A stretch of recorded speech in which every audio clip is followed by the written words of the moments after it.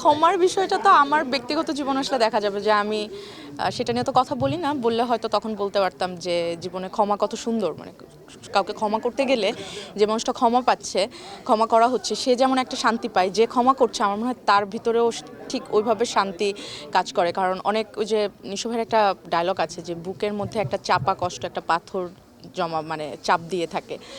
তো আমার মনে হয় দুইজনের ক্ষেত্রেই যে ক্ষমা চায় বা যে ক্ষমা করে, দুইজনেরই ওই মুহূর্তটা আসার আগ পর্যন্ত ওই সেম কষ্টটাই আসলে কাজ করে। তো ক্ষমা একটা মহৎ গুণ, যে গুণটা সবার মধ্যে থাকে না। এবং একটা ডায়লগ তো আছে যে ক্ষমা চাওয়া খুব কঠিন, ক্ষমা না চাওয়ায় অনেক ক্ষমতাশালীর পতন হয়েছে। তো এই জন্য আমার মনে হয় যে ক্ষমা ক্ষমা করতে পারাটা যেমন একটা বড় গুণ, আমার মনে হয় ক্ষমা চাওয়াটা আরও বেশি সাহসের।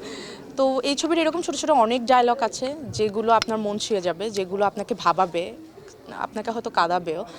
তো এই জন্য এটা না গতানুগতিক আর পাঁচটা ছবির মতো না, আর পাঁচটা ছবির থেকে অনেক কিছু থেকে এই ছবিটা আলাদা। তো এই জন্য আমরা এবং আমি এবং আমাদের টিম সবসময় একই কথা বলছি যে আমরা তো নানান ধরনের ছবি দেখি এবং সব ধরনের ছবিই দেখবো, এটাই স্বাভাবিক।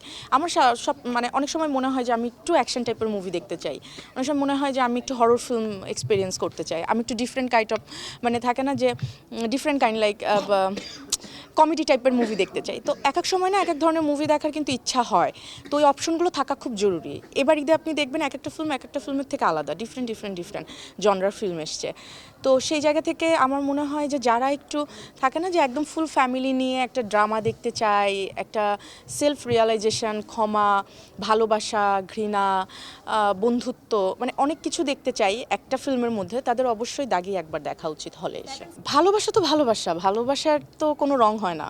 ভালোবাসা সবসময় সুন্দর, নানানভাবে সুন্দর, নানান জনের সাথে, মানে নানান সম্পর্কে নানানভাবে সুন্দর, মার সাথে, মেয়ের সাথে, বাবার সাথে, বন্ধুর সাথে।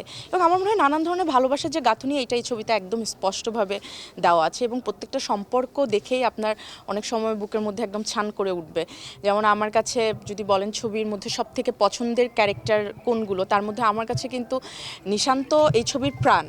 নিশানকে নিয়ে আমি কথা বলতেই চাই না। নিশান আসলে দাগি যে, সেও নিশান, প্রাণ ছবি সেও নিশান।